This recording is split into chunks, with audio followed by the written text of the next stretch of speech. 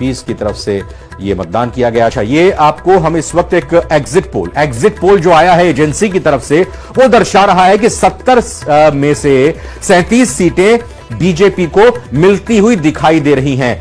आम आदमी पार्टी को 33 सीटें मिलती हुई दिखाई दे रही हैं। बहुमत का आंकड़ा, जादुई आंकड़ा, आप मानिए 36 का होता है। और ये जो एजेंसी के जरिए जो एग्जिट पोल सबसे पहले सबसे तेज निकलकर सामने आ रहा है, ये बता रहे हैं एग्जिट पोल है, एग्जैक्ट पोल नहीं है। और बीजेपी को 37 सीटें, यानी बीजेपी इस एग्जिट पोल के लिहाज से 37 सीटें लाती हुई दिखाई दे रही है।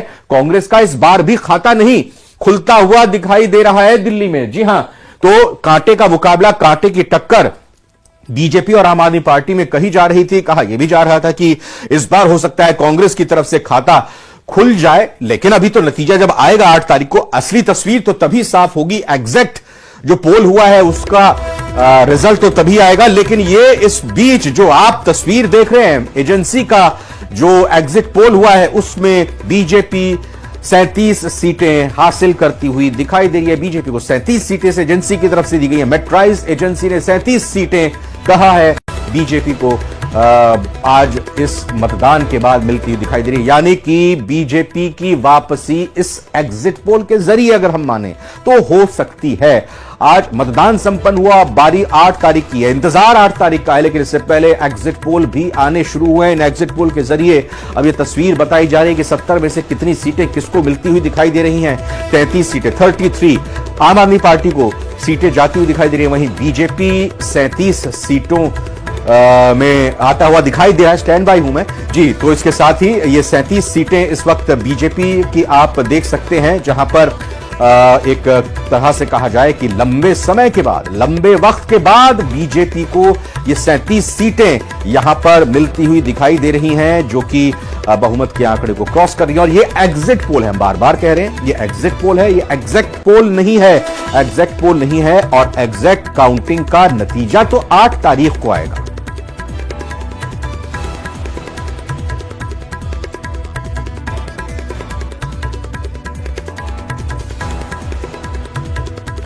दो खास मेहमान आज के दिल्ली के चुनावों को लेकर और साथ ही साथ दिल्ली के चुनावों के बाद इस एग्जिट पोल को लेकर 8 तारीख को क्या तस्वीर रह सकती है, चर्चा करने के लिए हमारे साथ जुड़ चुके हैं हुदा जरीवाला जी। बहुत बहुत स्वागत। आई एम श्योर मैंने आपका नाम सही प्रोनाउंस किया। बिल्कुल, हुदा जरीवाला जी। जी, और हमारे साथ राजनीतिक विश्लेषक निरंजन पोद्दार जी भी मौजूद हैं। बहुत बहुत स्वागत निरंजन जी आपका।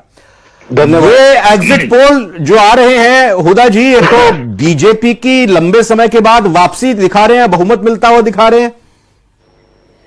जी, सबसे पहले तो बहुत बहुत शुक्रिया मुझे अपने चैनल पे जोड़ने के लिए।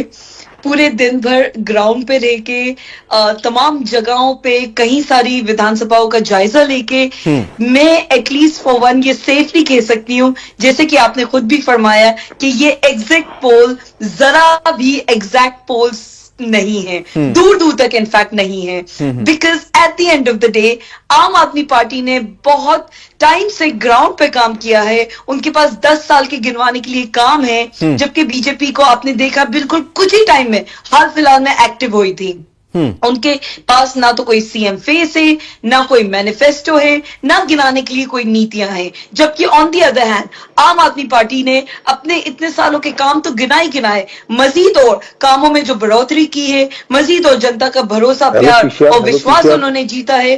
उस बेसिस पे आम आदमी पार्टी को एक बार फिर से भारी बहुमत में वोट्स मिलने वाले हैं। एक बार फिर दिल्ली में अरविंद केजरीवाल जी चौथी बार सीएम पद पे शपथ लेने वाले हैं 8 तारीख को। जहां तक भाजपा का सवाल है, तो मुश्किल से जो हमारा अनुमान है, कुछ चंद सीटें तो शायद उनको मिल जाएं, लेकिन बहुत आराम से, बहुत इजीली 55 to 60 भी क्रॉस हो सकता है। ये हम लोगों का जो अपना आम आदमी पार्टी, तो आम आदमी पार्टी को हुदा जी कितनी फिर सीटें मिल रही हैं? आपका एग्जिट पोल क्या कहता है?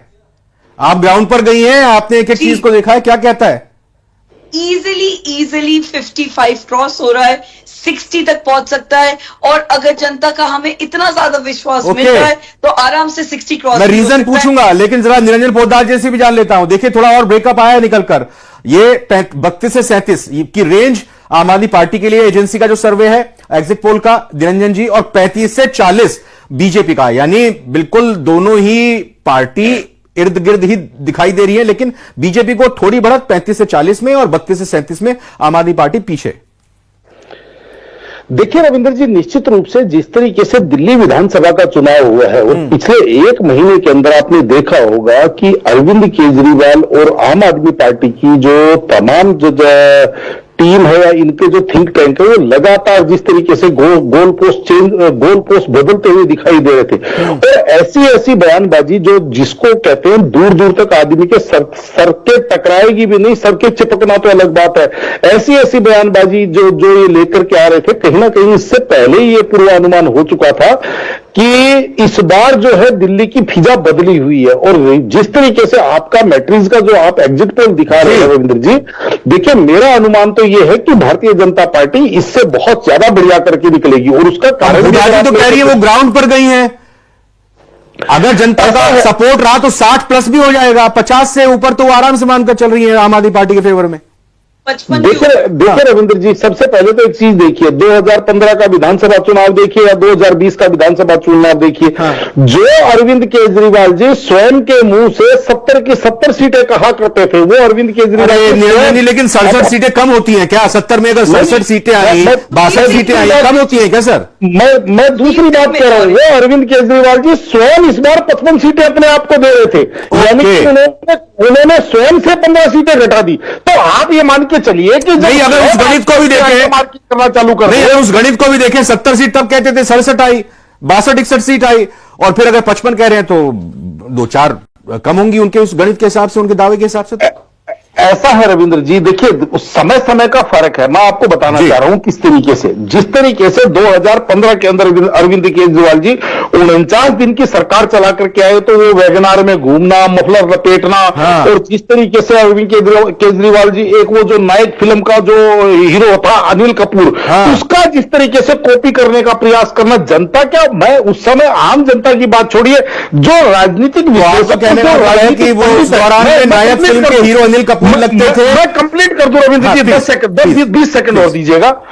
मेरी बात छोड़िए, जो अरविंद केजरीवाल जी के जो गुरु हैं अन्ना हजारे, उनके साथ वाले प्रशांत भूषण, शांति भूषण, कुमार विश्वास, किरण बेदी, इतनी बड़ी संख्या ऐसे लोग जब इनसे जब आप समझ लीजिए बेवकूफ बन गए थे, तो दिल्ली की आम जनता का तो बेचारी का साथी क्या है? होगा जी, देखिए निरंजन जी का यह कहना है कि अनिल कपूर वाली भूमिका में दिखाई देने की कोशिश करते थे 2015 में नायक फिल्म के, और अब आते आते जब पद छोड़ा उन्होंने, ये मैं कह रहा हूं, वो अमरीश पुरी, नायक फिल्म के अमरीश पुरी वाले मुख्यमंत्री बन गए, और शीश महल ले डूबेगा। फकीर आदमी हूँ, झोला उठा के चल लूंगा, ये तो खैर मोदी जी भी कहते हैं। आवाज नहीं आ रही इनकी। पिछले 10 साल के हम रेवड़ियों की, जो बीजेपी रेवड़ी जिसे कहता है, वो काम गिनाने के अलावा जो फ्री बिजली, पानी, शिक्षा, स्वास्थ्य, महिलाओं को बस, बुजुर्गों की तीरथ, आवाज आ रही है निरंजन जी अब आपको? उसके अलावा मैं कुछ 2-4 आंकड़े, बस आप मुझे 1 मिनट दीजिए। Please carry on.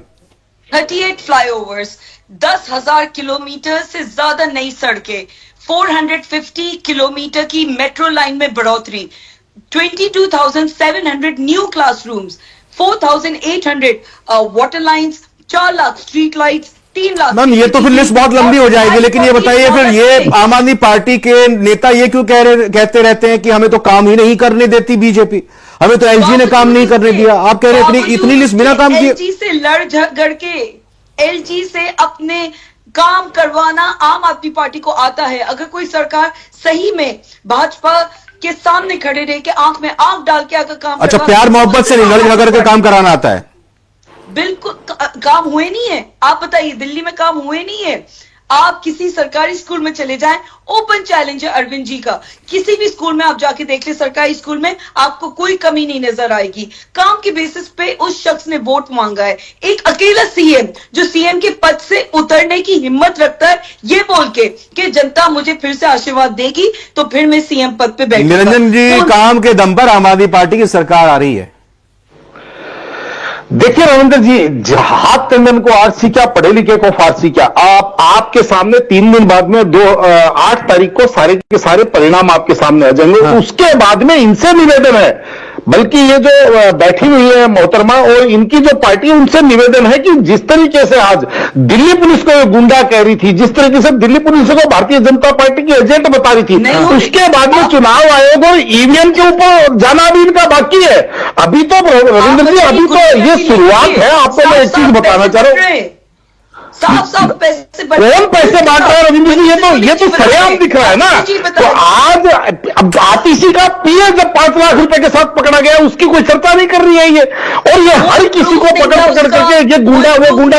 अरे भाई आप रविंद्र जी आप एक चीज समझिए कि कहा जो देखिए, चले थे हरि भजन को होटल लगे कपास। अभी मैंने आपको क्या कहा कि एक शुरुआत हुई कि हम जन लोकपाल लेकर के आएंगे, और वो जन लोकपाल ऐसा हुआ कि आज की तारीख में मतलब दिल्ली के मुख्यमंत्री तिहाड़ी मुख्यमंत्री कहलाए जाते हैं। तो आप मुझे एक बात बताइए कि जो यू टर्न लेना है, भाजपा की करप्शन के बाद एमसीडी भी आम आदमी पार्टी के पास है।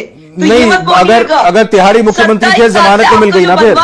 नहीं, देखिए जमानत मिलना कोई निर्दोष होना नहीं है। ओके, जमानत मिलना, जमानत तो लोकसभा चुनाव के हुदा जी एक सवाल जो निरंजन जी ने रखा, 27 साल का बनवास अभी भी खत्म नहीं हो रहा है। हुदा जी एक जो सवाल उठाया कि भाई 8 तारीख को तो अभी ईवीएम का रोना भी रोया जाएगा, और अभी इससे पहले वोटर लिस्ट में गड़बड़ी का रोना भी रोया जा चुका है, तो भूमिका पृष्ठभूमि तैयार कर ली है क्या आम आदमी पार्टी ने? उसकी कोई जरूरत इसलिए नहीं पड़ेगी क्योंकि हमें पूरा यकीन है कि मुकम्मल तौर पे आम आदमी पार्टी को बहुत भारी बहुमत से जनता जिताने वाली है। 8 तारीख का हमें भी बेसब्री से इंतजार है। अगर थोड़ा सा 19-20 हो गया तो ईवीएम की तो कोई गड़बड़ी नहीं होगी, इस पर तो ठीकरा नहीं फोड़ा जाएगा। देखिए एक बात मैम, रिजल्ट में तो कुछ नहीं हो सकता है। आप एक बात ये समझिएगा, पिछले कुछ टाइम में आपने देखा कि किस तरीके से हमारे नेताओं को झूठे आरोप, झूठे केसेस, फेक एलिगेशंस लगा के, जिसका आज तक ट्रायल शुरू नहीं हुआ है, 1 रुपए का भ्रष्टाचार साबित नहीं कर पाई है ना ईडी ना सीबीआई। इतना मुश्किल होता है ईडी के केस में बेल मिलना, क्योंकि हम जानते हैं जो बर्डन ऑफ प्रूफ है वो अक्यूज्ड के ऊपर होता है। बावजूद उसके सुप्रीम कोर्ट से बाइज्जत बेल तमाम के तमाम नेता, चाहे वो अरविंद जी हो, मनीष जी हो, संजय जी हो, डॉक्टर सत्येंद्र जैन जी हो, सबको मतलब आपका यही कहना है कि शराब घोटाला था ही नहीं? साबित करके दिखाइए। अगर पैसा है, अगर घोटाला हुआ, कहां है वो पैसा? ये तो आप कह के नहीं बच सकते ना कि गोवा चुनाव में पैसा यूज हो गया। आप अगर भ्रष्टाचार निरंजन जी, वोटर भी देखिए सयाना है, समझदार है, वो चीजों को जानता है। इससे पहले भी हमने देखा कि 7 की 7 सीटें दिल्ली में लोकसभा चुनाव में प्रधानमंत्री नरेंद्र मोदी को प्रधानमंत्री बनाने के लिए दी गई, लेकिन पिछले ही 2 चुनाव में बीजेपी को विधानसभा में मुंह की खानी पड़ी। आम आदमी पार्टी को, अरविंद केजरीवाल को यहां पर बहुमत मिला। लेकिन इस बार के चुनाव में क्या जो एलिगेशन लगाए गए, जो आम आदमी पार्टी के नेताओं को जेल भेजा गया, क्या इसका लग रहा है आपको सहानुभूति इनकी मिलेगी, या फिर ये एक्सपोज हो गए हैं और इस लिहाज से मुंह की खानी पड़ेगी आम आदमी पार्टी को? देखिए रविंद्र जी, दो तीन बातें कहूंगा और निवेदन करूंगा, इनको बोलिए व्यवधान ना करेंगे। देखिए जिस तरीके से ये बात कह रही है, जब इनके नेता जब जेल में थे और 18-18, 20-20 महीने, 22-22 महीने तक जब कोर्टों ने जमानत नहीं दी, तब तो ये कह रहे थे कि जो इनके ऊपर जो कानून लगाए गए हैं उन धाराओं के अंदर जमानत होती ही नहीं है। आज ये उसी जमानत को कह रहे कि नहीं, कभी ये कहते हैं लोकतंत्र खत्म है, तानाशाही होगी, कभी कहते हैं कि नहीं प्रजातंत्र तो कायम है। तो आप एक निर्णय कर लीजिए। दूसरी बात देखिए, घोटाला क्या हुआ नहीं हुआ आज के आज तो साबित होगा नहीं। अब आप अगर एक चारा घोटाले की बात करें रविंद्र जी, 2005-6 का घोटाला 2014 में जाके लालू यादव कन्विक्ट हुए थे, तो क्या वो 8 साल तक अपने आप को ईमानदारी कहते रहे थे ना? तो इसी तरीके से हुदा जी अब आप इसका जवाब दीजिएगा, लेकिन मैं यहां पर आप दोनों ही राजनीतिक विश्लेषकों से कांग्रेस के इस प्रदर्शन को लेकर जो एग्जिट पोल में दिखाई दे रहा है 0 से 1, इस पर भी एक टिप्पणी चाहूंगा। मैं पहले बस उस बात का बस एक लाइन में जवाब दे देती हूं कि जब भ्रष्टाचार लगा था, अजित पवार, सुवेंदु अधिकारी, नवीन जिंदल, बहुत एक लंबी लिस्ट है, तब तो भाजपा ही भ्रष्टाचार का आरोप लगा के फिर वही अपनी वॉशिंग मशीन में धो के उन नेताओं को अपने साथ शामिल कर लेती है। अच्छा रविंद्र जी, एक प्रश्न का मेरे को जवाब दिलवा दीजिए, मैं उनकी बात मान। अच्छा, काउंटर सवाल आ रहे हैं, काउंटर सवाल हुदा जी, काउंटर सवाल, हाँ बोलिए। नहीं, एक प्रश्न का जवाब दिलवा दीजिए। 2015 का विधानसभा चुनाव जब अरविंद केजरीवाल जी दिल्ली के अंदर 70 सीटों पे लड़ने के लिए गए तो उन्होंने कहा कि हमारे पास चुनाव लड़ने के लिए पैसा नहीं है, जनता से उन्होंने फंड मांगा और उन्होंने जिस तरीके से चाय के लिए 5,000 रुपए फंड रेजिंग करवाया, मेरे साथ लंच करने के 25,000 रुपए, और जिस तरीके से, एक मिनट रविंद्र जी, उन्होंने कहा कि जिसके पास 100 रुपए है वो 100 रुपए दो, जिसके पास 1,000 रुपए वो 1,000 रुपए दो, यानी कि 15 के अंदर विधानसभा चुनाव लड़ने के लिए तो इनके पास पैसा नहीं था। उसके बाद में 17 का एमसीडी चुनाव इन्होंने लड़ दिया, 19 का लोकसभा चुनाव लड़ दिया, उसके बाद में इन्होंने गोवा चुनाव लड़ लिया, इन्होंने गुजरात चुनाव लड़ लिया, इन्होंने उत्तराखंड चुनाव लड़ लिया, इन्होंने 2020 का विधानसभा चुनाव लड़ लिया। उसके बाद में इन्होंने फंड रेजिंग स्कीम नहीं चलाई, तो वो इनको धन वृक्ष कहां से मिल गया ये तो बताइए।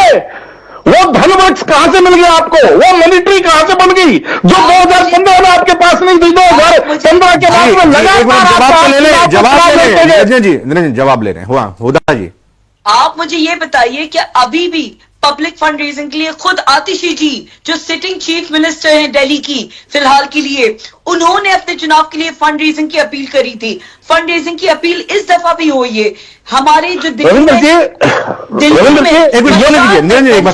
सारे के सारे जितने विधायक बने उसमें कई सारे ऐसे विधायक है जो कोई बहुत आम घराने से, एक बहुत ही आम से कोई प्रोफेशन का हिस्सा थे, वो एक पब्लिक का, आपके हमारी तरह वो जनता के ही लोग थे, कोई नेता फैमिली, कोई पॉलिटिकल बैकग्राउंड से, कोई करोड़ों का वो संपत्ति लेके, जायदाद लेके नहीं बैठे थे। आम आदमी पार्टी की खासियत ही तो ये है कि सबसे ज्यादा जो लोगों के काम आने वाले सोशल एक्टिविज्म में जो लोग हैं, जो पढ़े लिखे लोग। अच्छा, एक और एजेंसी का सर, पी मार्क एजेंसी, हुदा जी और निरंजन जी, आम आदमी पार्टी 21 से 31, ये बहुत लंबा गैप लेके चल रहे हैं, मार्जिन 10 सीटों का बीजेपी के लिए भी। बीजेपी का 39 से 49, 39 से 49 की रेंज।